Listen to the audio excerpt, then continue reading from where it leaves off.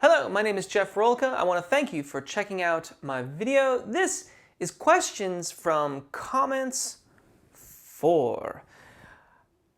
As I'm going through the comments on YouTube, I occasionally come across things that I find rather intriguing and would rather address here. And so I've got 2 questions from comments. If you want to read little intros to those comments, they are in the description. I want to thank you if you've chosen to subscribe. If you haven't yet, I hope you'll do so now. There are also many ways to support my channel. Those are in the description below the comment index, if you will. They include Patreon, where you can get PDFs and MP3s of these lessons. They also include Amazon affiliate links, where you don't actually have to do anything except use the link, and then a small portion of whatever you're purchasing, a small portion of the transaction will come back to the channel, and it really helps. I really appreciate it. Let's get into this. Hi, I need help in breathing instead of using vocal cords so much and tiring them out. Teach me how to relax the jaw and neck area. I have a few notes that are weak, not the high notes right before I hit the high G. Help me fix this. Love you, you are great. Need an everyday workout. Okay, so let's filter through here and take these one at a time. So 1, I need help in breathing instead of using vocal cords. Brilliant. That is fantastic. We should all do that. Apagio breath management is the breathing system that I advocate, and I've done a few videos on it.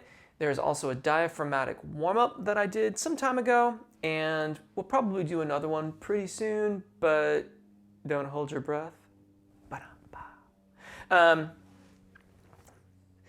So anyways, yes, the diaphragmatic warm-up is there. You can try that out. But the technique itself is Apagio breath management, and I'll put a link in the description, or I'll perhaps have it pop up or something like that. 2, teach me how to relax the jaw and neck area. I don't know what you're doing, so it's hard for me to specifically tell you what to do. But here's a couple thoughts for you. 1, when you're doing your vocalizations, start with your mouth. Now don't do all your vocalizations this way. You can just do some of them. But start with your mouth in a neutral or slightly less than middle of the road open, and then slowly open as you ascend and descend. Use a mirror though, and make sure that it's happening slowly over time. So when you sing it,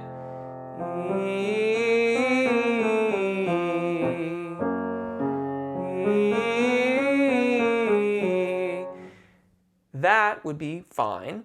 This, that's not what we're looking for. That's just tension in a different way. It has to be in motion. As for your neck, stay in motion with your neck. Make this a separate practice. So if you watch yourself in a mirror, again, use a mirror, and you're watching yourself and you look like this, see if you can do this. Maybe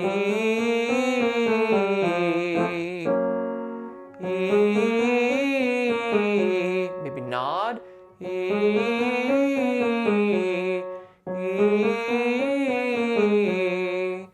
But again, if it looks like this, or that's not release. That's just tension with a quick motion. Different thing. The other thing that can be really funny too is you ask yourself or ask a vocalist, okay, I want you to, move your head around, like wiggle your head a little bit while you're doing these vocalizations. And they'll start off, they'll look all nice and wiggly. And next thing you know, their whole body is moving back and forth with it. So use a mirror. Mirror is your friend here. Or, like do the thing with the camera on a tablet or phone or something and switch it around so you can watch yourself. Watch yourself. If I haven't been emphatic enough, make sure you're monitoring yourself. Watch yourself do these exercises. You can do them along with any other vocalization you're doing. So, fire up your favorite warm-up or whatever. Get in front of the mirror, go to town. Rotate through them. Do one set where you're opening and closing the jaw. Do another set where you're gently wagging your head this way. Do one like this. Do one where it's wiggling all over. Monitor, monitor, monitor. Use the mirror. And I have a few notes that are weak, not the high notes, right before the high note, G. So the wording of this question is really difficult for me to understand what it is exactly you're trying to get at. When you have notes that stand out from other notes, oftentimes these are on registration event points. So for testosterone, male vocals, a lot of times it's just not that. That's usually just not the case. The best example I can think in that regard would be like someone who's having a real difficulty with the primo passaggio, but they're more comfortable above it. But more frequently you get female or estrogen influenced voices that will be very, very comfortable above the middle voice registration event, and they'll be very, very comfortable below it, but that actual, the point of that event, which is, in a contralto is around G sharp. For the sopranos, mezzos, and otherwise, you're talking like B flat, B. They can be very comfortable on either side of it, but not on it. And this is frequently because the transition of muscle engagement is not well enough coordinated to make it so that those few notes are consistent with the rest of the notes in the scale that you happen to be singing or the part that you're singing. So you got to work your vocalizations over that point. Start with some descending exercises. That will probably be more fruitful in the earlier stages of it. Then you can work towards ascending, descending. If you really can't get over those points, then use intervallic exercises. Again, starting above the point of transition, typically with a heavier cricothyroid dominant sound. In my voice, that would sound like this. And I don't mean heavy as in like weighty, but heavy as in it's very cricothyroid dominant. You. You can really hear the whoo, the hollowness of that head voice sound. You. We do this to ensure that we are using the mechanism in the way that we are intending to. That sound is only generated when you are in your cricothyroid dominant singing voice and you're using a reasonable amount of airflow and the vocal fold is adducted or closed. Any other sound, you, is something else. And that sound will not ultimately be consistent with the lower sections of our voice. It's going to change as we make our way through that. And I think that's that. Thank you so much. There are loads of everyday workouts, and there's lots of videos on my channel that are shorter. I did those with the idea that you could piecemeal together your own little program. So listen to your voice, evaluate what's going on. You might do a recording so that you can then reflect on it later. And then the resources are there. I mean, there's over 800 videos on my channel and increasing. And a very inexpensive way to figure out what's out there is to get my guidebook, quite frankly. I'm not trying to sell it, but that's what I made it for, was to help individuals find what they're looking for on the channel. Okay. Hey Jeff, I've been watching your videos for some time, and I'm so happy with how much my voice has improved. Wonderful. Thank you for watching. I'm very, very glad that you're having a positive experience with the videos. That's what they're there for, and I am very happy that they are serving you well.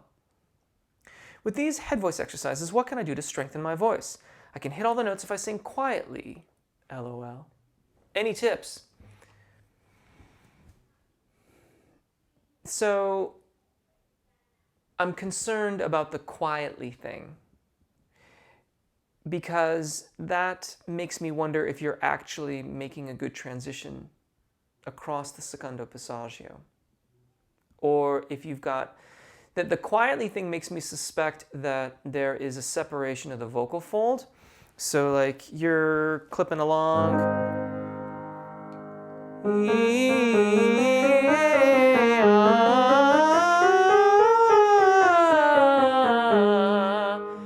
Maybe that wasn't quite dramatic enough.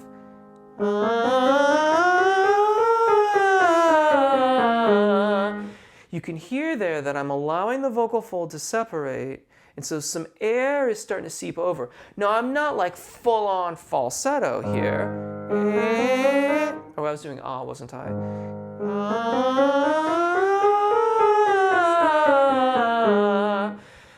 With that level of separation, I'm losing so much air, I'm really losing a lot of volume.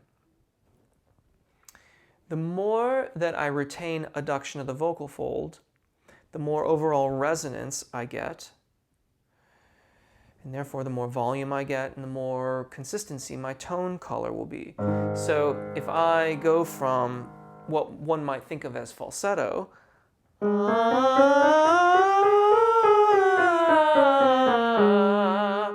and then I move towards a head voice,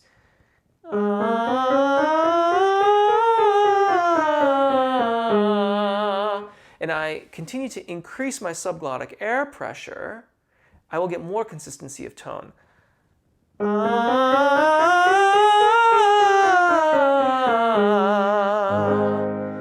And as I really try to make the most of that increase in engagement and focus on a really, really smooth transition, it gets really seamless.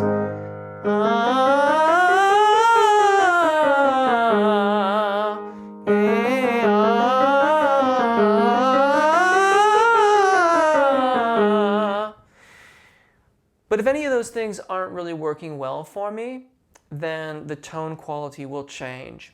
That change can be useful. Sometimes we want a little bit lighter, airier, more head voicey, something that satisfies your artistry. You may find in those differences. If we focus on our engagement, our subglottic air pressure, commonly thought of as support, then we can use this engagement to ever so slightly alter the way that the vocal fold is adducting. If we try to consciously steamroll our vocal folds into a particular shape in this range of our voices, we almost always overdo it. So it's better to look at it from this perspective, come at it from airflow and engagement. The vocal fold can adjust far more effectively and far more comprehensively, far more effectively and productively. I was looking for a word there and I've lost it. But focusing here is a more effective way to make those subtle changes in tone quality here. And it'll allow you to stay in tune and still get good vocal function and all that kind of stuff. In the big picture, however, cultivate, release, that's what I was looking for. I meant to say, so long as we're cultivating release, then the vocal fold will adjust far more effectively than if we try to steamroll it into shape. So be down here. This is the action area. These are the action items. Cultivate release, cultivate good engagement and airflow for your voice. Keep your ears open. Know that the internal experience tends to sound very different to the external experience. So in your practice of your upper register, I would advise you to record yourself very frequently. Much more frequently than someone who's just getting started. For a new vocalist, I might suggest once every fortnight, every 2 weeks, or maybe even once a month. And just a very short recording, just to kind of listen in and see what's going on. For this practice, more frequent recordings are advisable. So you might even set up something where you could do it within a practice session and reflect on it and do it again and reflect on it. Maybe make that part of your practice and then leave it be for a couple days and then come back to it. Great questions. Thank you so much. My name's Jeff. Take really good care of your voices. Enjoy singing, and hopefully we'll see you again. Bye.